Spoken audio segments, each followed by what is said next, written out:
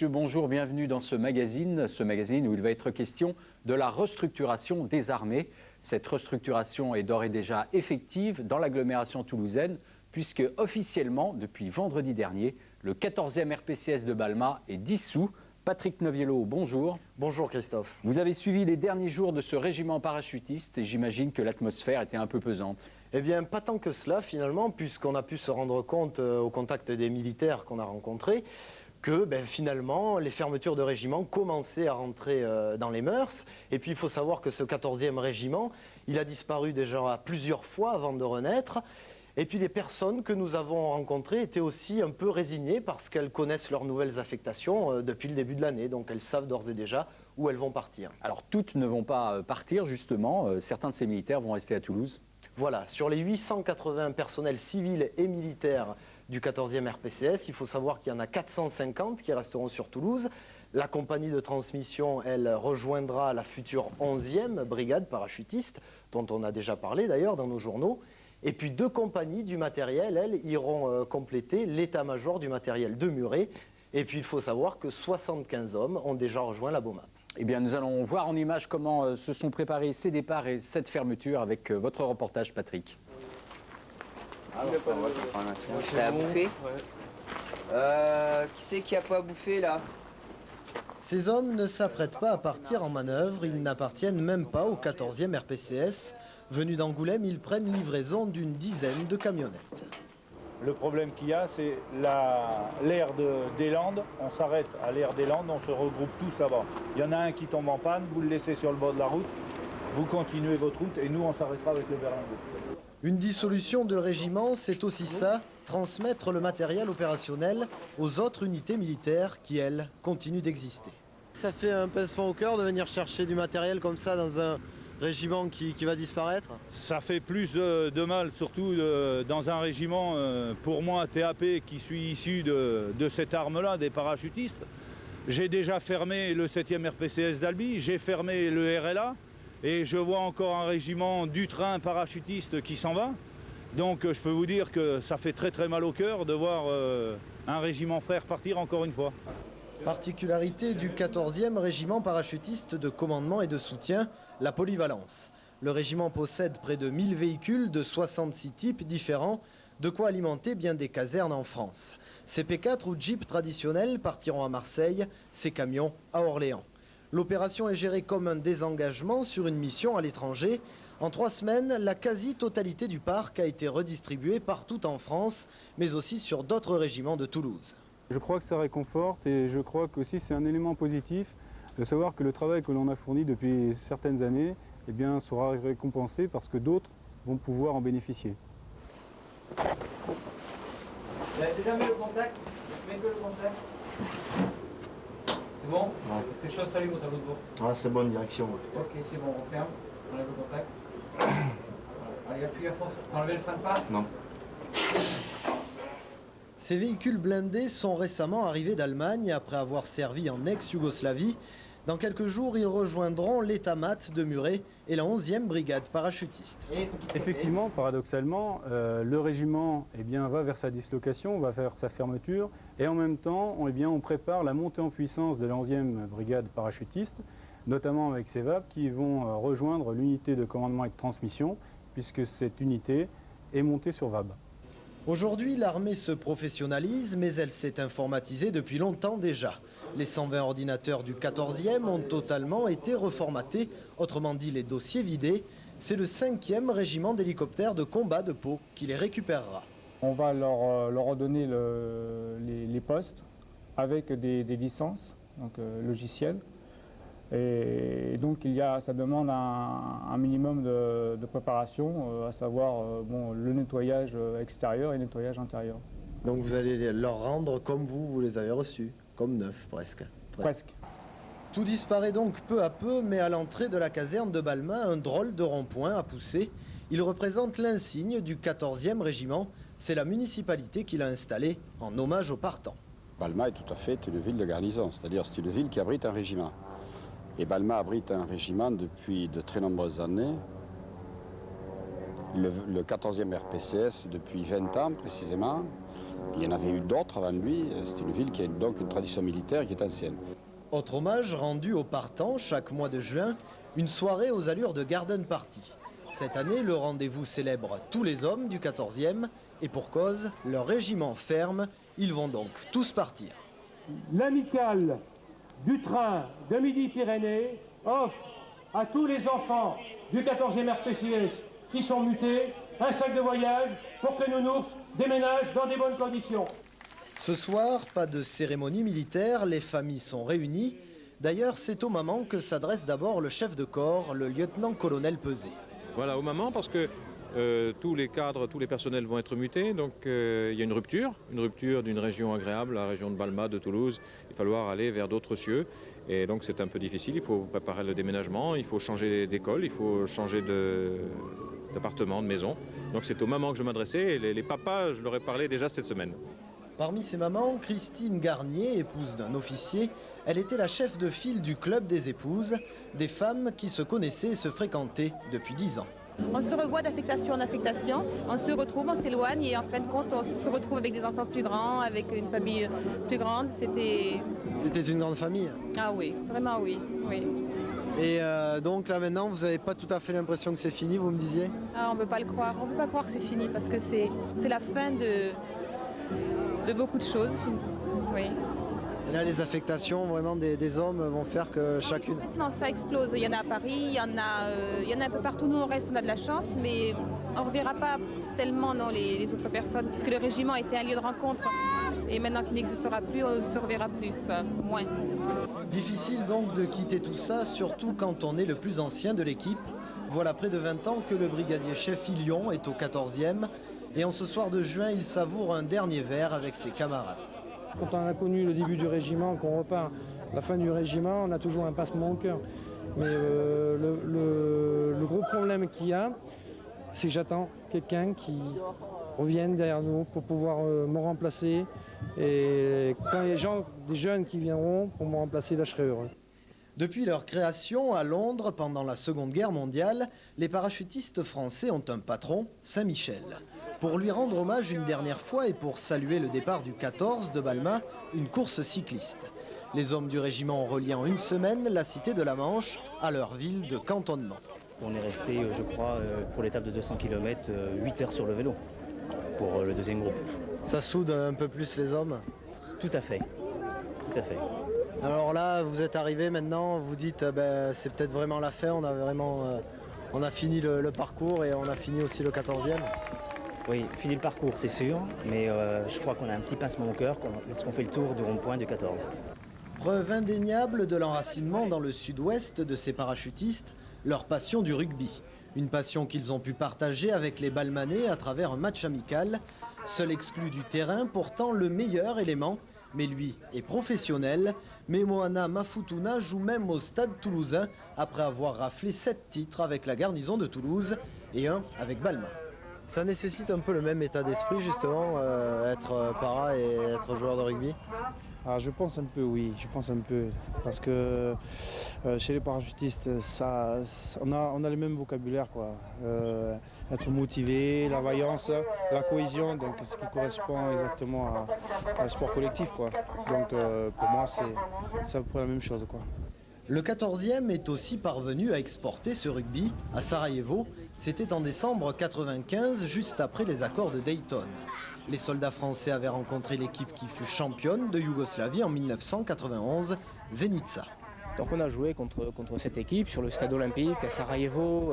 C'était en fait l'idée maîtresse de ce match-là a été la promotion de la paix par le sport sur le stade olympique, qui est un symbole de paix s'il en est. Hein. Je pense que c'est le plus fort. Et ce ne fut pas la seule fois où le régiment amena avec lui l'image de Balma sur des théâtres d'opérations extérieures. Plusieurs missions humanitaires furent menées en collaboration avec la municipalité. Des collectes de nourriture ou de vêtements à destination de l'Afrique ou une fois encore de l'ex-Yougoslavie. Une coopération qui explique aussi les liens d'affection entre militaires et civils. Il y a aussi d'autres opérations au profit de Téléthon ou autres. Je crois qu'effectivement il y avait plus que des liens armées-nation. Je crois qu'il y avait une amitié qui faisait que dès que l'un des deux avait une idée, eh bien on la faisait ensemble. Ils ont mené des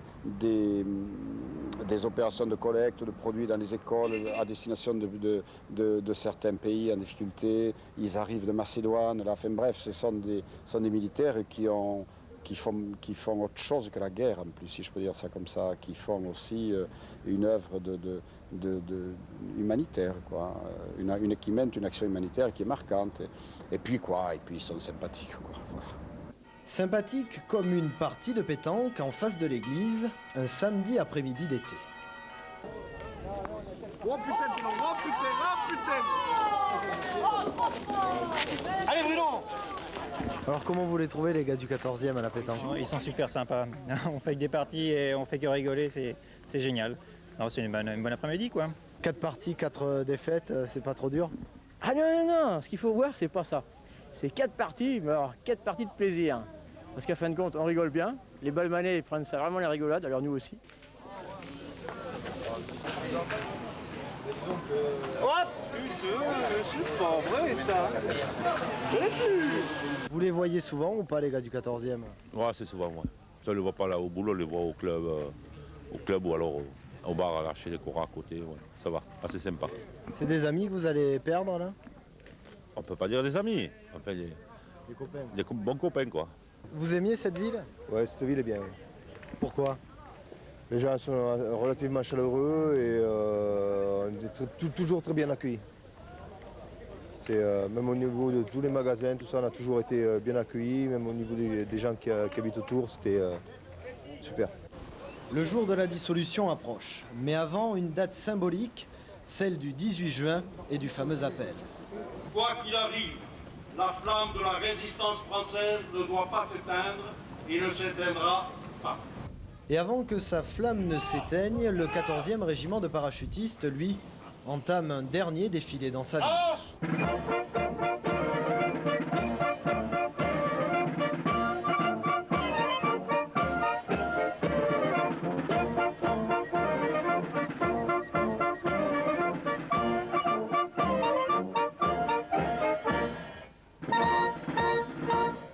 Mais si la population a répondu présente à cet appel du 18 juin, c'est surtout pour voir ses héros, les parachutistes en action.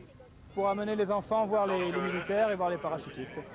C'est le prestige un peu de la démonstration. Il y a toujours le prestige de l'armée avec les enfants, surtout le garçon qui est parti les voir de plus près.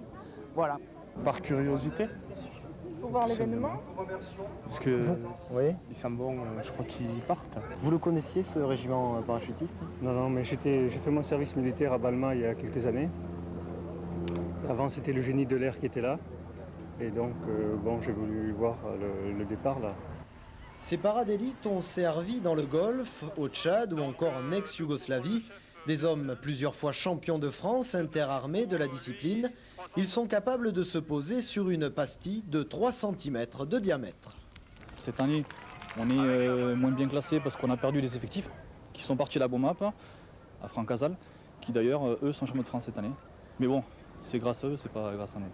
Qu'est-ce que ça vous fait justement de voir qu'une belle équipe comme ça, elle va disparaître? Mais ça fait mal au cœur parce que c'est une bande de copains déjà. Même si on est militaire, qu'il y a des gradés, etc., c'est une bande de copains.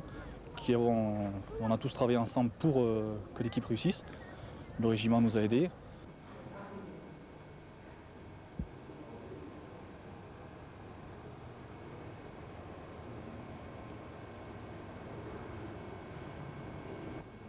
Une tradition, lorsqu'un régiment va être dissous, les soldats et anciens combattants se relaient durant 24 heures pour veiller le drapeau. Brodé sur l'étendard du 14, le nom de célèbres batailles comme celle d'Austerlitz, c'est sur ce front que Napoléon qualifia le régiment de brave 14. Ça représente l'honneur que tous les anciens, tous les gens d'actifs veulent rendre une dernière fois à leur glorieux drapeau qui a été l'emblème du régiment depuis, en ce qui concerne le 14e, 4 siècles. 4 siècles d'honneur, d'héroïsme, de patriotisme. Au début du 19e siècle, le drapeau de la 14e demi-brigade fut sauvé de justesse lors de la bataille de Rivoli, une des premières victoires du jeune Bonaparte. Il fut en revanche brûlé en 1940 afin que l'ennemi ne s'en empare pas. Pour nous tous, anciens, Futurs anciens, le 25 juin 1999 sera un jour de deuil. En effet, dans quelques heures, notre glorieux drapeau quittera Toulouse, emportant dans ses plis 4 siècles de l'histoire de la France. Après un dépôt de gerbes au monument aux morts de la caserne Niel, retour au quartier ballon de Balma. Jour J, tous les anciens commandants du 14e sont là pour un ultime adieu. C'est la première fois qu'ils se retrouvent réunis. Nostalgiques, ils s'attardent un instant sur le changement de mobilier dans ce qui fut autrefois leur bureau. Toi qui l'as fait changer, je crois, mobilier, c'est ça? Oui, c'est toi qui as fait la photo, c'est moi qui avais fait faire, celle-là, celle-là c'est posé là, que la mairie de Balma là, sur Capitole. Mon général, vous avez été le premier en 1977 ici à être chef de corps, donc quel souvenir vous gardez du 14e?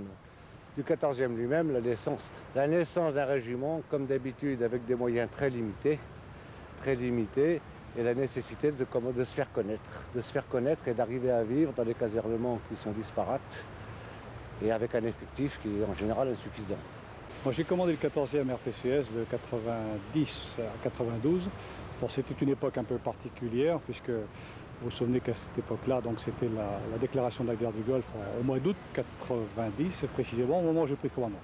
Donc je dirais le premier souvenir, c'est un souvenir je dirais que celui d'une période où quand même nous étions relativement entendus, mais où la préparation opérationnelle se faisait d'une manière, je dirais, sereine, malgré tout, avec les moyens qui nous étaient confiés. Et donc ça, c'est le premier souvenir. Me déplaçant encore beaucoup, je vois des jeunes qui me disent « mais vous n'étiez pas au 14, le chef de corps du 14 ou capitaine au 14 ». Et on s'aperçoit qu'on leur a apporté quelque chose et qu'on a réussi à bâtir une excellente machine militaire, mais dans un contexte extrêmement humain. Ce soir, le régiment se rassemblera donc une dernière fois devant vous, autour de son drapeau, qui sera roulé à la fin de la cérémonie. Dans l'armée française, une cérémonie de dissolution de régiment a toujours lieu en nocturne. Voilà pourquoi ce soir, la place d'armes du ballon est plongée dans l'obscurité.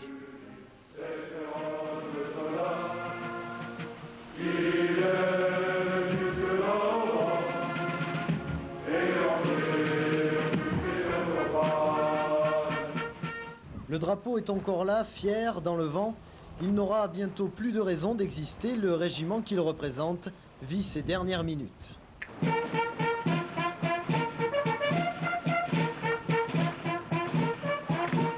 C'est le général de division Valentin qui préside la cérémonie. Comme tous les militaires ici présents, il est partagé entre deux sentiments. Tristesse, pourquoi tristesse? Parce qu'aujourd'hui il va disparaître un de nos régiments de l'armée de terre qui a toute une histoire derrière lui, qui représente beaucoup pour la ville de Toulouse, qui s'est illustré à travers le monde depuis plus de 2 siècles. Donc pour nous c'est toujours un événement triste de voir rouler le drapeau d'un de nos régiments, mais bonheur ou joie parce que l'ensemble de ces compagnies vont continuer à vivre et perpétuer les traditions de ce régiment, en particulier les traditions parachutistes de ce régiment, sous d'autres emblèmes, dans d'autres régiments.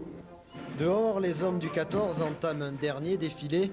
La pluie s'est mise à tomber, ajoutant un peu plus de tristesse à l'événement. Le 14e régiment parachutiste de commandement et de soutien n'est plus.